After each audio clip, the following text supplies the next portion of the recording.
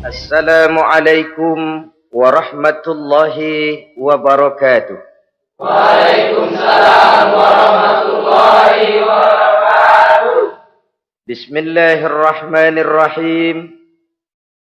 Alhamdulillahi rabbil alamin.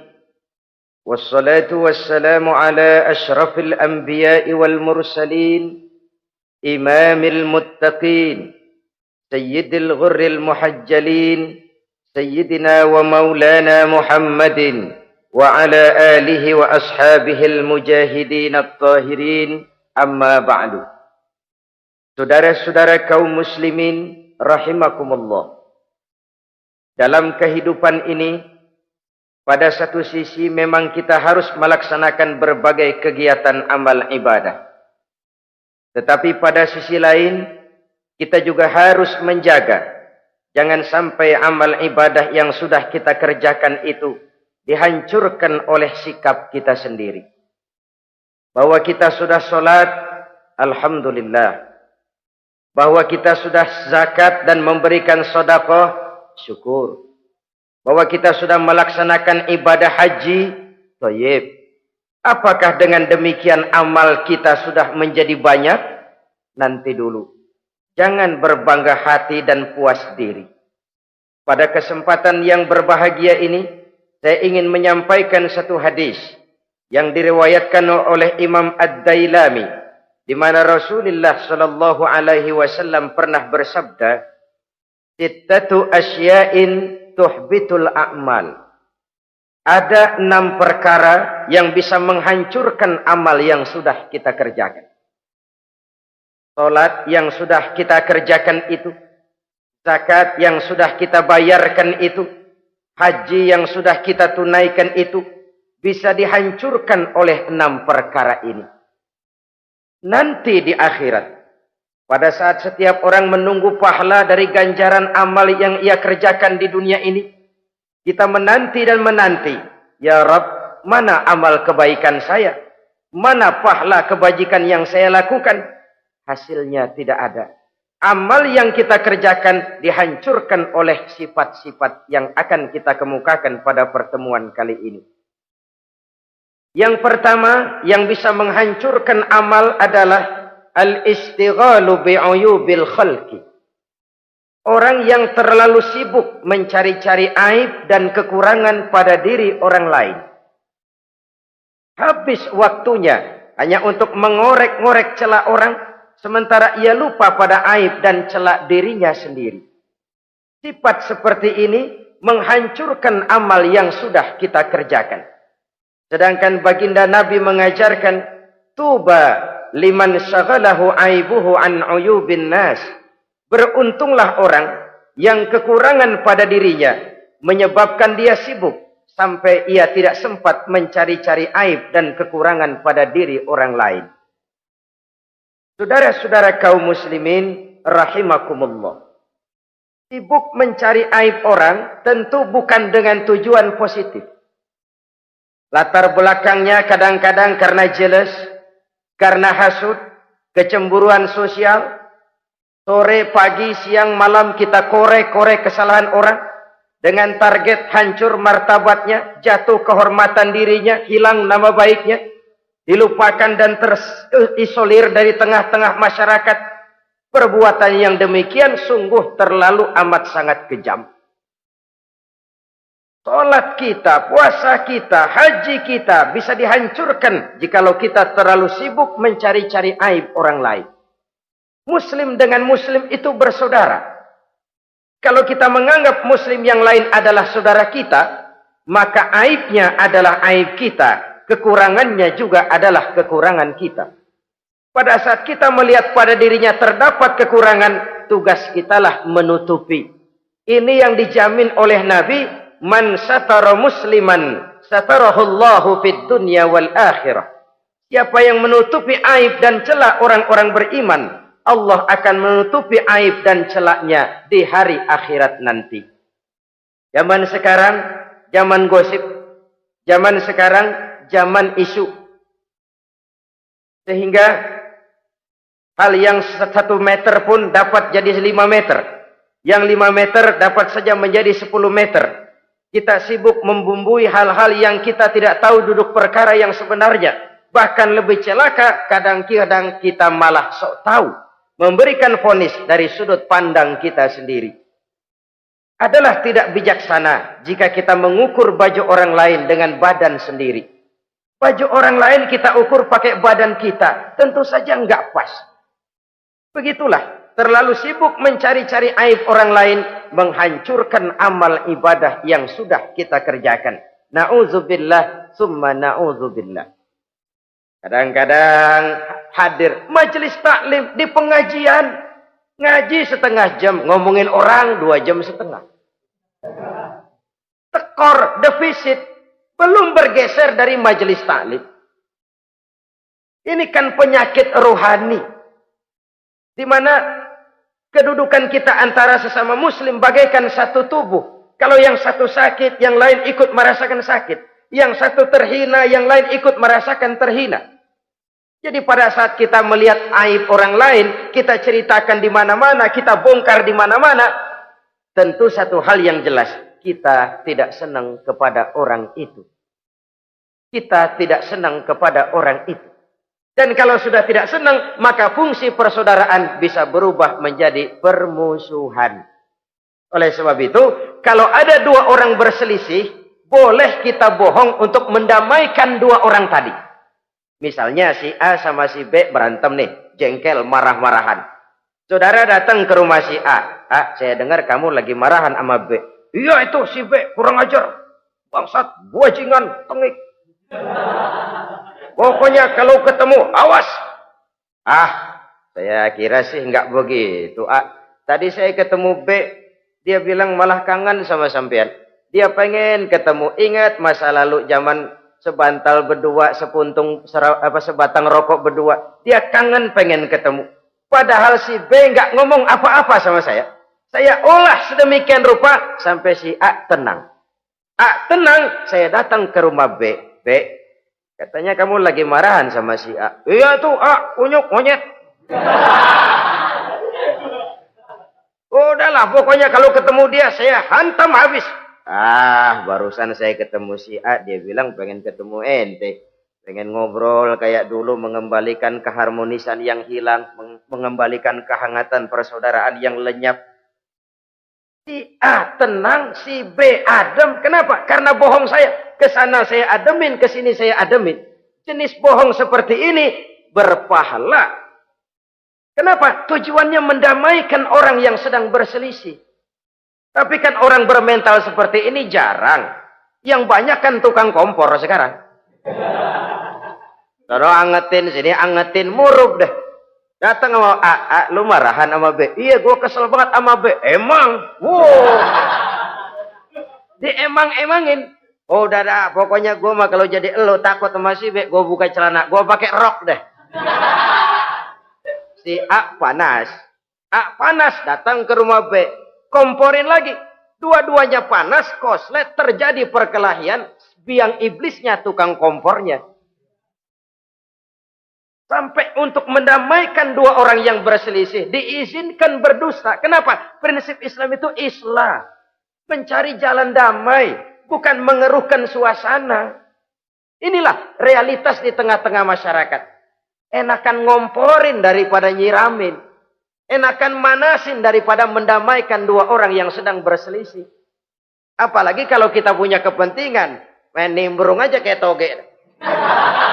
Kagak ngerti urusan. Nyampur aja nyampur. Toge kan begitu toge. Ada laksa nimbrung. Ada gado-gado ngikut. Ada kredok masuk. Kagak ngerti juntrungan masalah. Main nyampur aja nyampur. Ini kan tidak objektif namanya. Nah, mental seperti ini. Wah, sholatnya khusyuk. Zakat bayar, sedekah iya. Tapi kalau suka cari-cari aib orang. Jembreng kesalahan orang di mana-mana. Sholatnya, puasanya, hajinya bisa dihancurkan oleh mental yang seperti ini. Jangan bangga-bangga, sholat saya sudah banyak, puasa saya hebat, mantap, haji saya tiap tahun mondar-mandir ke Mekah. Tapi kalau mental seperti ini masih ada, waspadalah. Amal yang kita kerjakan bisa hancur oleh mental, sikap mental kita sendiri. Ini yang pertama. Yang bisa menghancurkan amal terlalu sibuk mencari-cari aib orang lain. Satu. Yang kedua, saudara-saudara, wa qaswatul qalbi. Orang yang hatinya keras, tidak mempan diberikan nasihat. Baik nasihat yang datang dari luar dirinya, ataupun nasihat yang datang dari dalam dirinya. Hatinya keras. Dikasih muka tembok, kulit badak, kuping kebo. Makhluk apa namanya itu? Wallahu a'lam. Rai gedek. Pantas ya kalau kita lihat sejarah, Islam itu turun di semenanjung Arabia. Sebagai test case. Masyarakat Arab 14 abad yang lalu dikenal keras, kasar, brutal, primitif. Dari berbagai aspek kehidupan. Standar, kalau di tengah masyarakat yang begitu keras Islam berhasil, masyarakat lain lebih mudah masuk. Rasulullah diutus di Cianjur, lalu dakwahnya sukses, saya nggak kagum. Paling-paling datang Nabi ke Cianjur disambut dengan ramah. Enggak, Rasul. Ayo nama kumaha Rasul wae, ayo nama itu. Pasti aman, damai, tidak ada cerita perang. Tapi Masya Allah, turun di tengah satu struktur sosial yang keras, kasar, primitif. Menghadapi orang yang hatinya keras seperti ini. Apa prinsip kebijaksanaan yang dilaksanakan oleh Rasul dalam menerapkan syariat Islam? Pertama, at-tadrij fit tasyri'. Dalam melaksanakan syariat, prosesnya melalui tahapan. Contoh, jahiliyah dulu itu paling senang sama mabuk. Geng. Bin teler. Oh, jahiliyah itu kalau sudah mabuk nggak cuma minum, mandi pakai arak. Subhanallah, mandi pakai arak. Menghadapi masyarakat yang seperti ini, apa strategi syariat Islam? Mula-mula ayat yang turun. Yas'alunaka 'anil khamri wal maisir, qul fihima ismun kabirun wa manafi'un linnas. Mereka bertanya kepada Muhammad tentang arak. Katakan, arak itu ada manfaatnya, tapi juga ada bahayanya. Bahayanya lebih besar daripada manfaatnya. Tidak diharamkan dulu, tidak. Cuman dikasih sen. Teler emang enak. Oh, melayang ke langit. Cuman ada bahayanya. Bahayanya lebih besar daripada manfaatnya. Dikasih gambaran, dikasih sen. Tidak diharamkan mutlak dulu, tidak. Bertahap dikit dulu. Nih. Urusannya begini nih. Ada manfaatnya, tapi ada bahayanya. Bahayanya lebih besar daripada manfaatnya. Jak rasio berpikir. Setelah tahu bahayanya lebih besar, kan dikit-dikit mulain jauh. Mulain ngurangin, jaga jarak. Setelah ada jarak, turun peringatan kedua. La taqrabus salata wa antum sukara. Jangan dekati solat kalau kamu lagi mabuk. Solat sehari semalam 5 kali. Berarti 5 kali mereka harus jaga diri. Jangan sampai mabuk. Makin jauh. Setelah jauh sekali, kira-kira tidak goyah, turun vonis. Innamal khamru wal maisir wal ansabu wal azlamu rijsun min amali syaitan fajtanibu la'allakum tuflihun. Arak itu najis, kotor, perbuatan setan. Jauhi, pasti kamu akan beruntung. Baru timbul hukum haramnya. Orang udah nggak kaget. Kenapa? Pagi-pagi udah dikasih sen. Bahayanya lebih besar. Kalau sholat jangan, kalau mabuk jangan mendekati sholat. Makin jauh. Ini tahapan. Sama juga kita kan. Begitu jebrol lahirnya cuman susu ibu. Gedean dikit sang Ambon. Kan gitu. Gedean dikit pisang ulek. Gedean dikit nasi. Udah gede bener jengkol jijelin. Proses. Coba bayi begitu lahir kasih pisang batu, tenggeng. Gak kuat. menerima, belum waktunya. Ini proses yang dilaksanakan oleh strategi syariat Islam untuk mengobati penyakit qaswatul qalbi ini. Keras hati. Syariatnya bertahap. Tidak drastis.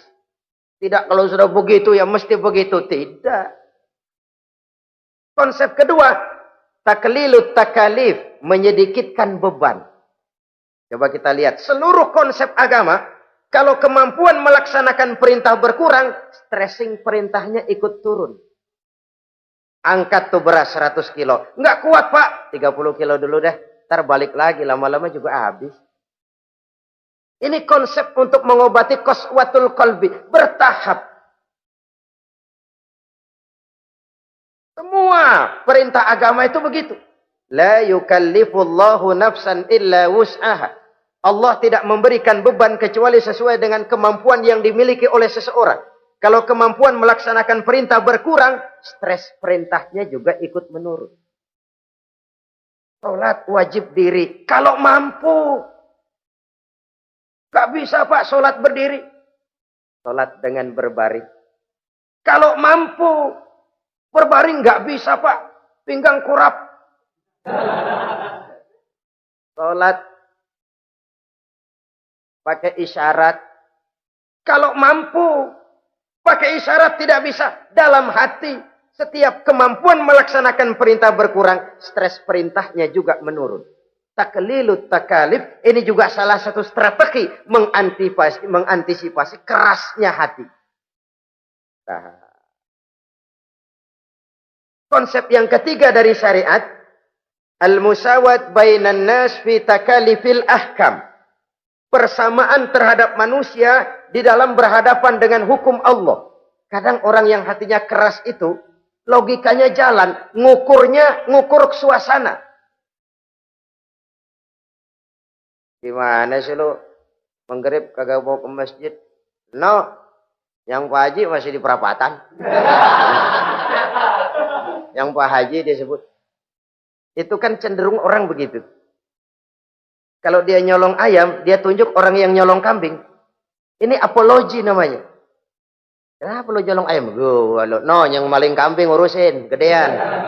Apologi. Lah kapan mau beres kalau begitu? Tidak introspeksi, tidak self correction. Itu apologi. Untuk menutupi kelemahan diri, menunjuk kesalahan orang lain yang lebih besar. Itu kan nggak jantan namanya. Apologi. Tidak ada sifat untuk memperbaiki diri sendiri.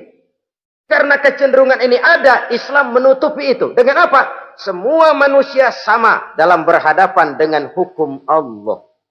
Gak ada iri hati dalam hukum Islam ini. Salat wajib. Wajib. Bagi siapa? Yang sudah balik dan mampu. Terhadap semua strata. Jenderal wajib, kopral wajib. Apalagi hansip. Tidak ada fasilitas. Wah kamu jenderal nggak apa-apa dah sembahyang setahun 2 kali. Idul Fitri aja sama Idul Adha. Enggak tuh. Semua manusia sama dalam berhadapan dengan hukum Allah. Itu yang Nabi ingatkan. Orang-orang sebelum kamu dahulu hancur. Umat-umat sebelum ini rusak binasa. Kenapa? Karena mereka kalau orang kecil berbuat salah. Hukum cepat-cepat ditegakkan. Tapi kalau yang besar berbuat salah. Mereka diam pura-pura tidak tahu. Jadi apa ini? Yang namanya mafia peradilan bukan cuma zaman ayeuna. Sejak zaman sebelum Islam Nabi sudah mengingatkan. Mereka dahulu hancur. Kenapa?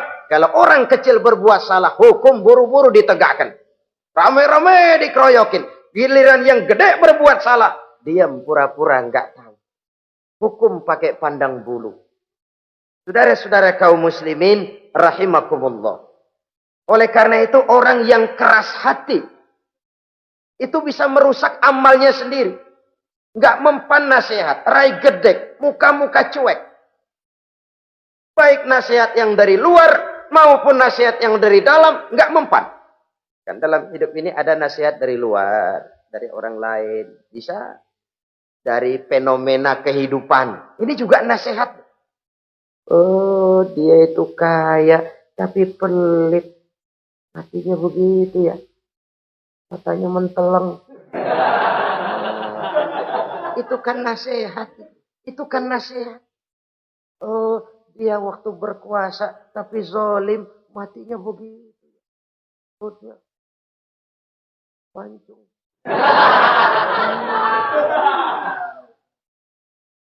Fenomena kehidupan yang kita lihat, yang kita dengar, yang kita saksikan, itu semuanya bisa nasihat. Unzuru kaifa kana akibatul mukadzibin. Lihat kehidupan ini. Dunia ini kan sebuah sekolahan besar. Semua yang kita lihat, kita saksikan, kita pelajari, bisa jadi contoh buat kita. Orang yang bijak, yang bisa mengambil hikmah dari manapun datangnya. Baik dari yang baik maupun yang dari yang tidak baik. Saudara-saudara kaum muslimin rahimakumullah. Nasihat yang datang dari luar. Dari orang atau dari fenomena kehidupan. Atau nasihat yang tumbuh dari dalam diri sendiri. Perubahan organisme tubuh. Itu kan nasihat. Ya Allah. Sekarang cantik jelita. Iya, sedang sweet 17-an.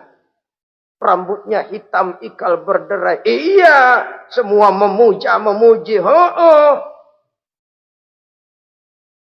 Alisnya katanya laksana semut beriring. Dagunya bak pauh dilayang.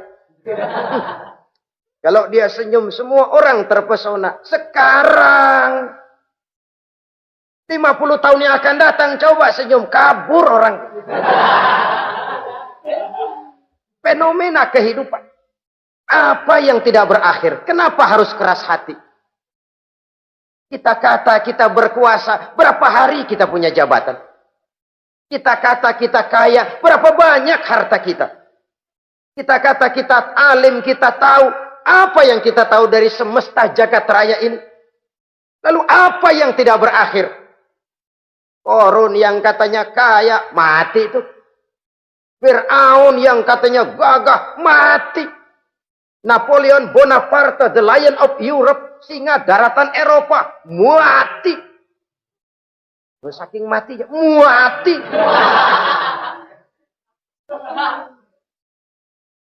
Kenapa harus keras hati? Kenapa tidak melihat perubahan fenomena alam sekitar ini? Apa yang tidak berakhir? Apa yang tidak selesai? Lalu apa yang mau kita sombongkan? Kenapa kita harus keras hati? Sehingga pantas dalam hadis kursi Allah menyatakan al-kibriya'u libasi. Sombong itu pakaianku. Manusia enggak pantas pakai pakaianku, kegedean. Pakaian Allah mau dipakai. Kalau Allah sombong, udah pantas aja udah. Kenapa? Kagak ada Tuhan lain selain dia. Udah pantas dia nyombong. Kita nyombong apaan? Oleh sebab itu, beruntung orang kalau diberikan hati yang lembut, mudah menerima kebenaran, peka terhadap kesulitan orang lain, ringan tangan memberikan pertolongan buat mereka yang memang memerlukan. Dan enggak semua orang dikasih begitu. Enggak semua orang. Lain ya, Umar bin Khattab sikapnya keras, tapi hatinya gampang menerima kebenaran. Nah, lain loh orang kayak begini. Keras sikap boleh keras, tapi hati mudah menerima kebenaran. Wah, kalau Umar kerasnya kan luar biasa. Tapi hatinya kok gampang menerima kebenaran. Ini hidayah. Coba lihat waktu berita Rasulullah meninggal dunia. Sampaikan oleh para sahabat. Umar jengkel. Cabut pedang. Siapa bilang Muhammad mati, saya tabas batang lehernya. Dia nggak siap menghadapi kenyataan. Emosinya yang jalan, bukan rasionya. Keras. Bilang deh, Muhammad meninggal. Saya tabas batang lehernya. Untung ada Sayyidina Abu Bakar. Beliau tidak bicara langsung, cuma pidato. Ayyuhan nas, man kana ya'budu Muhammadan fa inna Muhammadan qad mata. Wa man kana ya'budu Allah fa inna Allah hayyun la yamut. Hai manusia, siapa yang menyembah Muhammad, Muhammad sudah meninggal. Tapi siapa yang menyembah Allah, Allah maha hidup dan tidak akan pernah mati buat selama-lamanya. Sayyidina Umar tersentak. Subhanallah, saya salah. Bagaimanapun Muhammad hanya seorang manusia. Saya cinta dia, saya suka dia, nyawa saya pertaruhkan untuk dia. Tapi dia manusia dan saya tidak menyembah Muhammad. Ia sadar akan kekeliruannya, berlinang air matanya. Keras sikapnya, tapi lembut hatinya. Nah, yang kayak begini, bagus. Ini udah sikap keras, hati keras, yaitu tadi. Muka tembok, kulit buadak, kuping kebo. Diapain aja udah nggak mempan aja udah. Susah yang kayak begini. Saudara-saudara, ma'asyiral muslimin rahimakumullah. Jadi yang kedua yang bisa menghancurkan amal kita, orang yang hatinya keras. Wah. Yang ketiga sekarang, yang bisa menghancurkan amal kita itu wa hubbud dunya. Orang yang terlalu cinta kepada dunia. Nih, pakai kalimat terlalu ya. Kalau sekadar cinta kepada dunia, why not? Kita cinta anak dan istri, wajar. Kita cinta harta benda, tentu. Kita cinta sanak famili dan seluruh handai tolan, memang. Kita juga cinta kepada bangsa dan tanah air. Itu bagian dari iman, persilahkan. Yang tidak boleh itu kalau sudah pakai kalimat terlalu. Terlalu. Sebab kalau sudah terlalu, itu sudah di luar kontrol. Orang lalu menghalalkan segala cara. Terlalu cinta kepada jabatan. Akhirnya bergeser. Sholat menghadap Allah. Dengar mau pindah jabatan ke tempat kering. Gerasak gerusuk nyari dukun. Ini kan namanya iya kana budu wa dukun nastain. Nggak bisa wong itu satu paket. Kalau iya kana budu wa iya kana nasta'in. Kalau hanya kepadamu ya Allah kami menyembah, hanya kepadamu kami minta tolong. Ini paket, jangan dipisah-pisah. Menyembahnya kepada Allah, minta tolongnya kepada yang lain. Sinkret, bercampur. Iya kalau es campur enak. Tapi kalau agama dicampur dengan yang lain, nggak enak rasanya. Sama juga begini, ada gelas ya. Kalau sepenuhnya diisi bensin, itu ketahuan. Bisa diminum motor. Kalau sepenuhnya diisi air putih, jelas bisa diminum orang. Tapi begitu separuh diisi bensin, separuh diisi air putih, kacau dah. Motor minum, mogok. Orang minum, mabok. Dijual juga nggak laku. Kenapa? Sinkret. Maka Allah pesan, wala talbisul haqqa bil batil. Jangan kau campur aduk yang hak dengan yang batil. Saudara-saudara kaum muslimin rahimakumullah. Begitulah terlalu cinta kepada dunia sering menyebabkan orang out of control. Bergeser dari garis yang telah ditentukan oleh Allah. Apalagi di zaman sekarang ini. Persaingan hidup makin tajam. Tensi ekonomi semakin tinggi. Gaya hidup semakin konsumtif. Sementara lapangan kerja semakin sulit. Orang kadang kehilangan harga diri untuk mencapai sesuatu yang bernama dunia, lalu menghalalkan segala cara. Sebab itu jangan korbankan keabadian akhirat dengan kesenangan dunia yang cuma sebentar ini. Jangan sia-siakan keabadian akhirat dengan kesenangan dunia yang kadang fata morgana ini. Cintailah dunia, tapi sekadarnya saja. Sebagai ladang untuk menanam bagi kepentingan di akhirat nanti. Terlalu cinta kepada dunia bisa menghancurkan amal yang sudah kita kerjakan. Ini yang ketiga. Yang keempat, wa qillatul haya. Orang yang sedikit rasa malunya. Rasa malu merupakan bagian daripada nilai-nilai keimanan. Apabila rasa malu berkurang, artinya nilai iman juga ikut menurun. Kita melihat sekarang ini banyak orang pakai pepatah Arab dalam hidup ini. Bul ala zamzam fatu'raf, kata orang Arab. Kalau kepengen terkenal, kencingi sumur Zamzam. Itu bakal ngetop ke seluruh dunia. Sumur Zamzam dikencingin. Itu akan terkenal ke seluruh dunia. Terkenal apanya? Terkenal gilanya.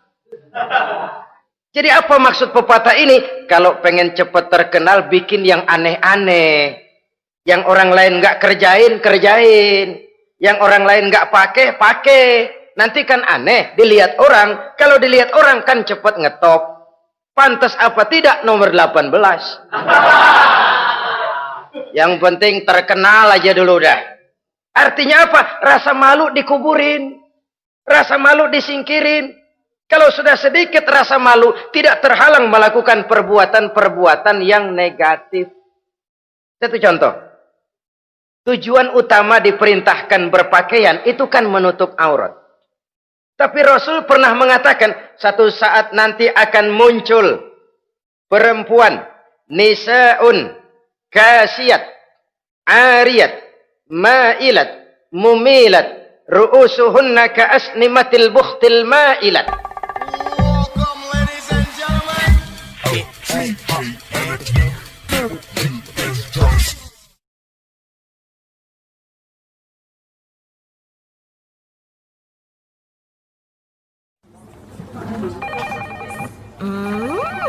What is it? Ooh, a new chocolate product by the Integral CJ's Management. What chocolate? No, my girl. It's a new CJ's brand.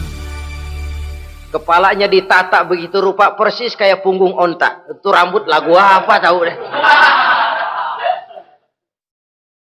Ini kan fenomena berpakaian tapi telanjang. Kenapa? Yang dikejar mode, yang dikejar merek. Kiblatnya Paris, London, Roma. Imamnya siapa? Pierre Cardin, Christian Dior, Escada, Etienne Egner. Merek yang dikejar, mode yang dikejar, aurat pontang-panting. Ditambah oleh tayangan-tayangan berbagai iklan yang merangsang anak-anak kita untuk hidup konsumtif. Iyo. Cocok iya jeng urang ya. Terangsang dia untuk konsumtif. Dihadapkan kepada kenyataan. Suasana ekonomi enggak menunjang. Orang tua lemah ekonominya. Dia lihat sekelilingnya, ternyata yang lain juga begitu. Banyak teman senasib, kumpul. Disingkirkan rasa malu. Akhirnya tukang bajai ditodong. Qillatul haya, sedikit rasa malu. Kalau sedikit rasa malu, dia tidak terhalang lagi melakukan perbuatan-perbuatan yang negatif. Dan itu berarti menghancurkan amal-amal yang lain. Sebab itu budaya malu ini sangat penting. Coba kalau dia hinggap di hati seorang pejabat. Pejabat yang punya rasa malu, Masya Allah, membawa manfaat yang besar buat rakyatnya. Contoh saja ya, di Jepang itu ada Perdana Menteri Hosokawa, saudara-saudara dengar. Baru 8 bulan jadi Perdana Menteri. Dia dijuluki Mr. Clean, Mr. Bersih. Diisukan terlibat skandal, cuma 4-6 miliar rupiah. Itu pun buat kampanye kemenangan partainya. Diisukan begitu rupa, malu Hosokawa. Malu mengundurkan diri, baru 8 bulan jadi Perdana Menteri. Mundur, malu. Padahal Hosokawa nggak kenal ketuhanan yang Maha Esa. Nggak kenal. Tapi budaya malunya luar biasa. Nah kalau sudah pejabat nggak punya malu. Habis. Kan sekarang umpamanya nih. Ada impres desa tertinggal. Disunatin. Sampai marah betul itu Bapak. Para pimpinan negara kita itu. Tidak ada maaf bagi pejabat yang nyunatin IDT. Kenapa? Kan tipis rasa malu. Turun dari atas sunatin. Turun ke bawah sunatin. Turun ke bawah sunatin lagi. Nyampe bawah tetelan doang dikit banget. Kebanyakan tukang sunat. Saudara-saudara. Budaya malu yang nipis.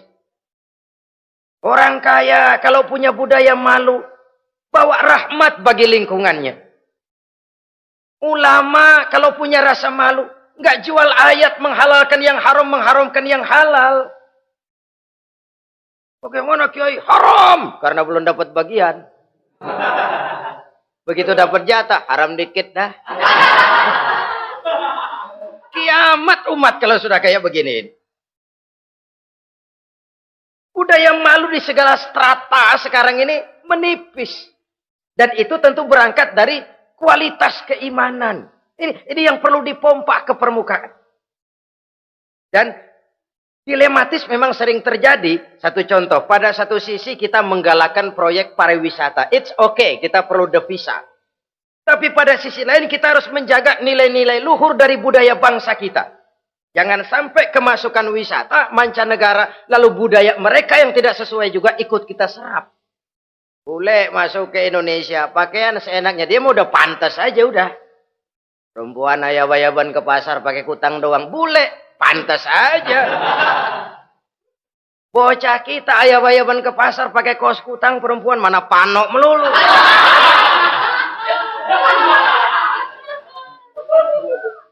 Menipisnya budaya malu. Ada standar. Bahwa mode, hal kedua. Merek apalagi. Yang pertama itu menutup aurat. Dari sisi berpakaian saja.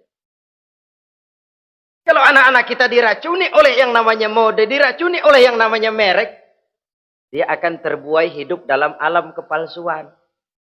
Sekarang ini hidung pesek bisa dibikin mancung. Kulit keriput jadi kenceng. Operasi plastik. Pada sisi lain pengaruh duit juga luar biasa. Di aki-aki keriput kalau habis gusuran kenceng lagi. Pasaran keras lagi. Oleh sebab itu budaya malu ini perlu kita kembangkan. Supaya di semua strata sosial memiliki budaya yang namanya malu. Sederhana memang, tapi tidak semudah mengucapkannya. Sampai-sampai dijadikan taruhan, al-haya'u minal iman. Rasa malu itu bagian daripada iman. Dan malu yang tertinggi, kalau sudah punya malu kepada Allah, itu puncak. Puncaknya di situ.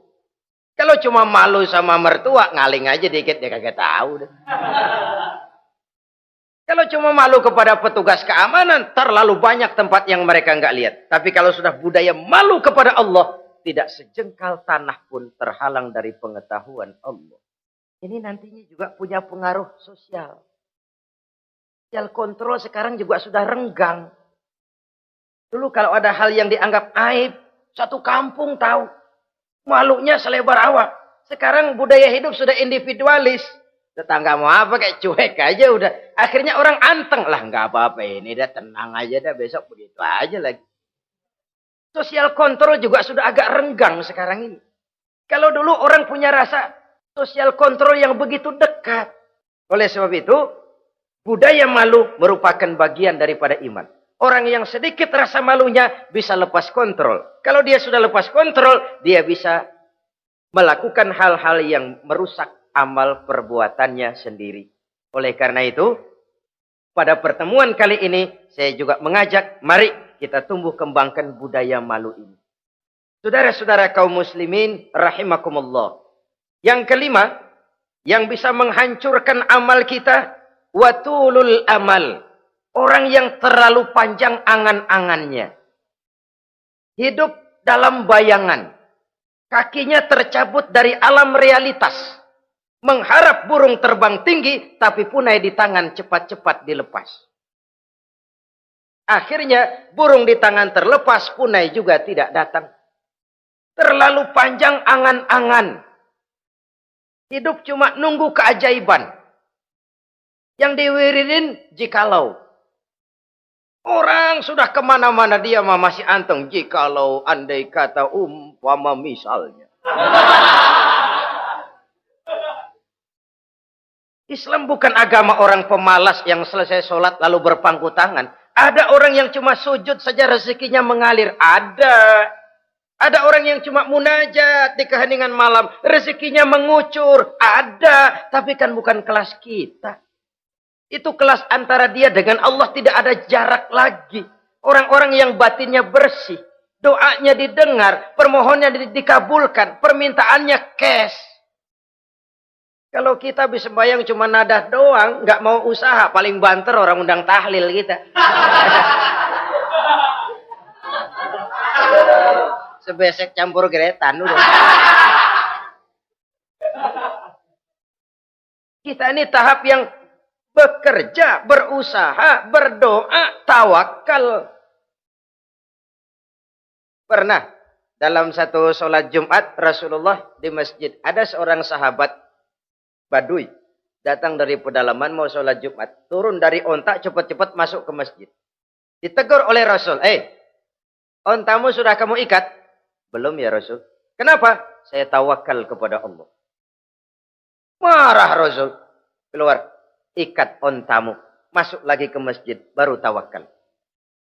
Sederhana sekali. Tapi inilah gambaran kehidupan. Ikat ontamu baik-baik. Baru tawakal. Kalau nggak diikat. Udah tawakal. Terus hilang. Tawakalnya salah. Sudah diikat rapi-rapi. Masih hilang juga. Nah tawakalnya benar. Sudah usaha. Sudah ikhtiar. Toh hilang juga.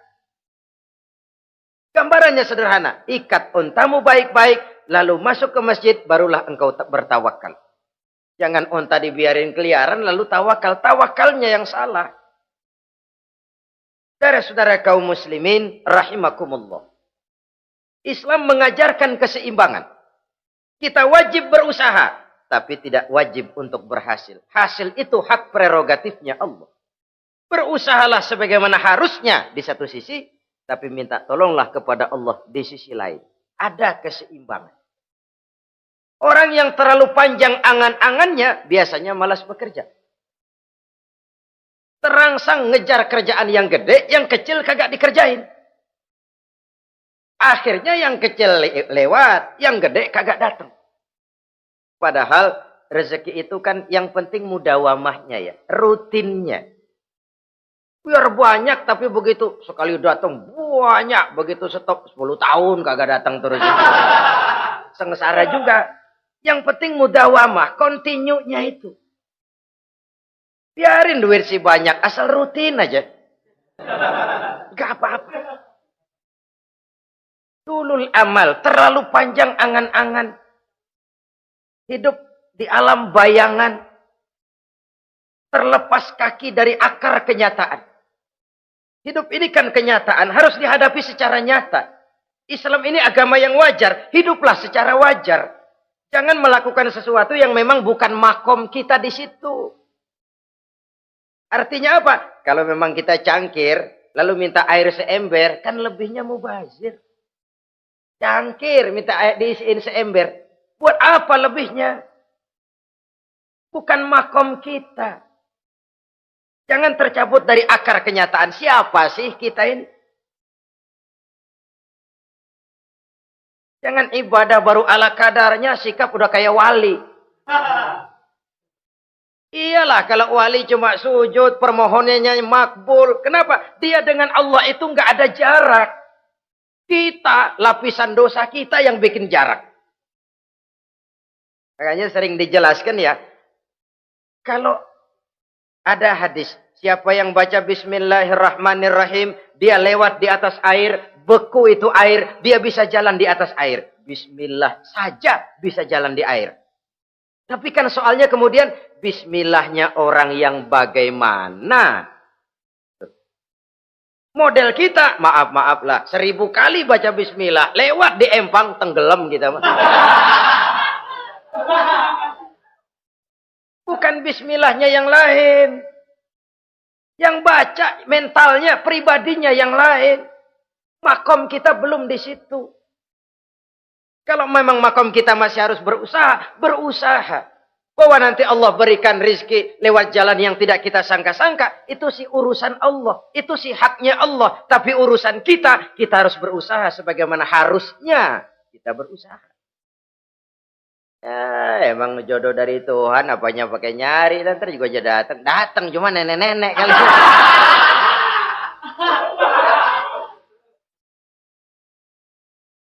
Bekerja, berusaha. Jangan terlalu panjang angan-angan. Hiduplah secara nyata, apa adanya, yang wajar-wajar saja. Tinggal di gubuk reot, hidup pakai gaya jet set. Ngagul dah. Sama merek mobil kenal banget, mobil orang-orang. Udah bukan main kalau ngomong deh. Di atas awan hidupnya. Di atas awan. Ngomong kagak ada yang kecil deh. Gak pakai juta udah. Miliar. Triliun. Ngerokok tetap aja ngombe. Silahkan mengharap burung terbang tinggi. Tapi punai di tangan jangan dilepas. Realitas apa? Idealisme boleh terbang setinggi langit. Tapi kaki tetap berpijak di alam realitas. Ayo kita ngambil contoh dari Rasulullah Sallallahu Alaihi Wasallam. Rasulullah itu kan dikasih mukjizat, fasilitas, tapi nggak ngandelin. Buktinya apa? Nabi hijrah ke Madinah. Itu kan manusia. Posisi kita terjepit. Ayo hijrah, hijrah, berangkat. Gak ngandelin Tuhan. Pojokin nih, dikepung. Kirim deh apaan kayak biar pada mampus nih orang ini. Enggak tuh. Enggak. Walaupun beliau punya mukjizat. Tapi enggak ngandeli. Kenapa kita enggak lihat itu? Perang Uhud kalah. Kalah. Berlumur darah dari kakinya yang mulia itu. Kalau ngandelin mukjizat, apa pantas Nabi kakinya sampai berdarah? Apa pantas sampai kalah? Kenapa enggak rekes, simsalabim, hancur musuh? Tidak, beliau tidak tercabut dari akar kenyataan. Beliau manusia, hidup dan berjuang secara manusiawi. Perkara Allah mau kirimkan mukjizat, itu haknya Allah. Waktu di Taif, saudara masih ingat. Dilontari dengan batu, menghindar ke kebun anggur. Turun malaikat Jibril, Muhammad, innallaha amaroni an uti'ak. Allah perintahkan saya datang menemuimu di sini untuk mendengar komandomu. Sekarang apa mau kamu? Kalau mau kau orang Taif yang melontari kau dengan batu hancur, saat ini saya angkat Jabal Uhud. Saya timpakan mereka biar mati semua. Bagaimana? Dalam keadaan terpojok, dilemparin batu, dikeroyokin, menghindar ke kebun anggur, turun Jibril nawarin bantuan. Apa jawab Nabi? Jangan Jibril. Jangan. Saya diutus bukan buat ngancurin orang. Saya ini rahmah bagi alam. Tapi kamu disambitin. Biarin. Saya berjuang jangka panjang Jibril. Kalau sekarang mereka ingkar. Barangkali nanti anak-anaknya mau beriman. Saya tungguin anak. Kalau anaknya kafir lagi Muhammad. Cucunya. Oh, susah Muhammad, susah. Kenapa? Bagaimana bapak begitu anak? Enggak begitu. Lalu mau kamu apa? Saya mendoakan mereka. Allahumma hdi qaumi fa innahum la ya'lamun. Ya Allah, berikan hidayah kepada mereka yang nyambitin saya. Karena mereka enggak tahu. Disambitin, berdarah, yang nyambitin didoakan. Pada satu sisi ini menunjukkan tingginya akhlak Nabi. Pada sisi lain ini menunjukkan Nabi juga mengatur strategi secara manusia. Tidak simsalabim. Tidak tercabut dari akar kenyataan. Padahal kita kalau lagi kepepet ada yang nolongin, kan demen banget. Kali mah kalau kita yang jadi nabi tuh, disambitin orang, turun Jibril, bagaimana hancurin? Sikat Jibril dah. Habisin aja, habisin. Hijrah ini usaha ikhtiar manusiawi. Perang kalah manusiawi. Putra tercinta wafat, berlinang air mata, manusiawi. Sakit, manusiawi. Padahal punya mukjizat. Tapi nggak ngandelin. Semua nabi juga gitu. Nabi Musa dikasih tongkat. Tapi berapa kali tuh tongkat dipakai? Waktu ngelawan tukang sihir.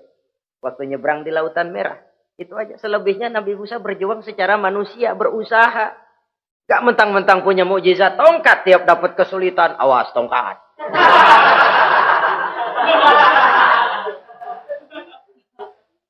Utuh manusiawi. Ini Rasul. Kenapa kita nggak lihat itu? Kenapa kita lalu tercabut dari akar kenyataan dan hidup dalam khayalan? Sampai-sampai di satu anekdot yang menyentuh. Sekarang ini akibat tayangan-tayangan televisi begitu rupa. Ada seorang bapak ditanya sama anaknya. Pak, Tuhan sama Batman kuatan mana sih? Logikanya sudah dipenuhi oleh gambaran Batman. Bahwa Batman itu kuat, gagah, menolong yang lemah. Timbul logika. Kuatan mana sama Tuhan katanya. Pengaruh yang dia lihat itu membentuk opini. Sama juga sekarang coba lihat ibu-ibu. Kalau udah Cassandra, itu masakan ditinggal tuh angus di dapur. Angit tuh tempe.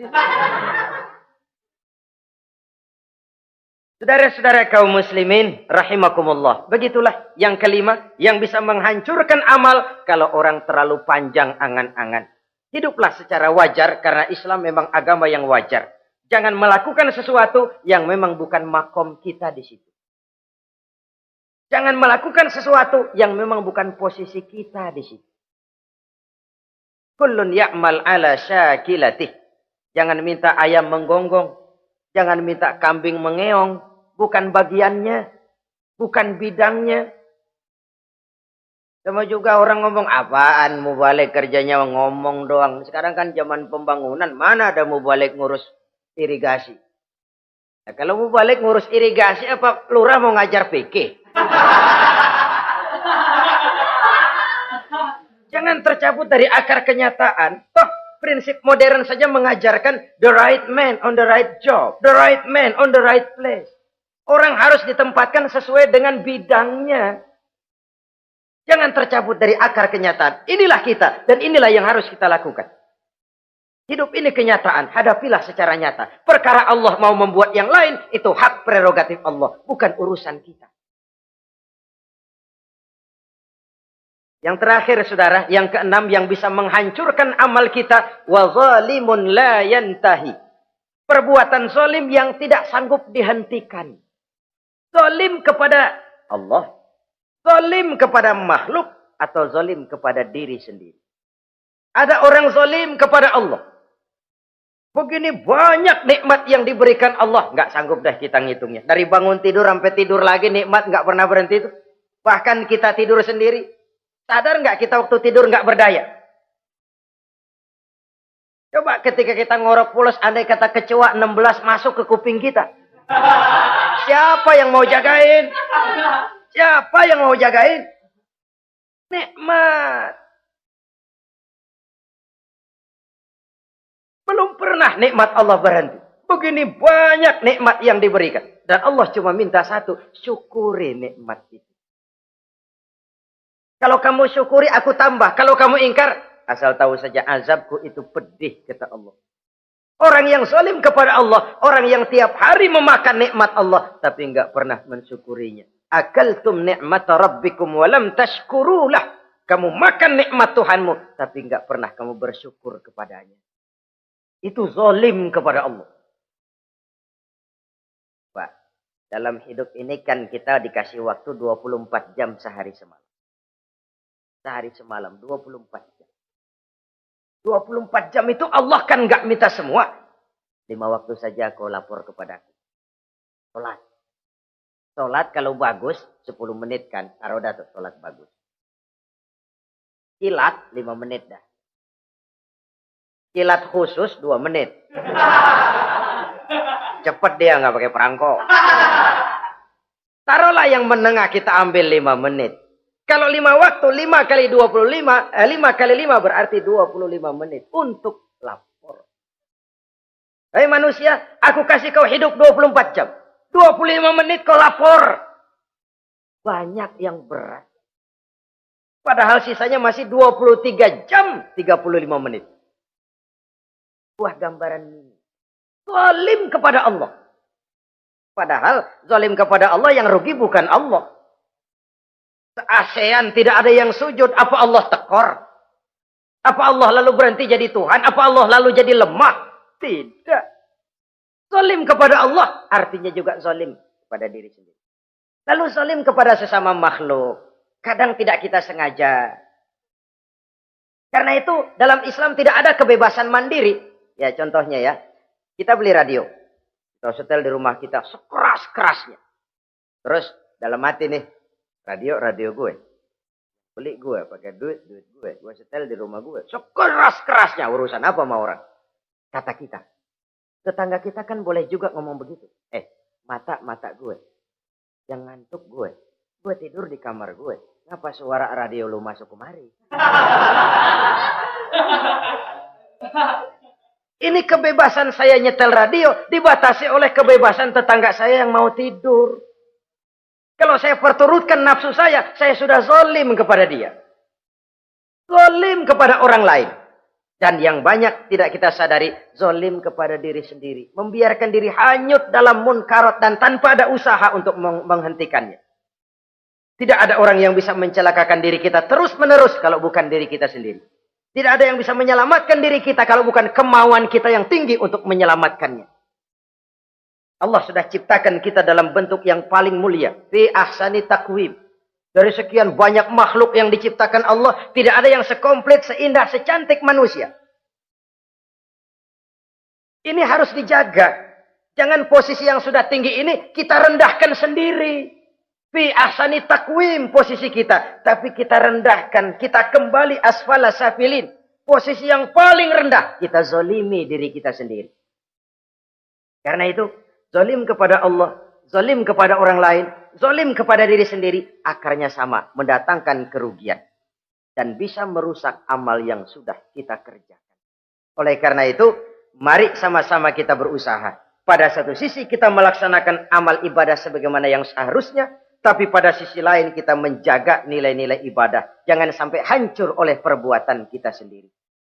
Sekianlah jumpa kita kali ini. Insya Allah kita lanjutkan di lain kesempatan. Terima kasih atas segala perhatian. Mohon maaf atas segala kekurangan. Usikum wa nafsi bitaqwallah. Wassalamualaikum warahmatullahi wabarakatuh.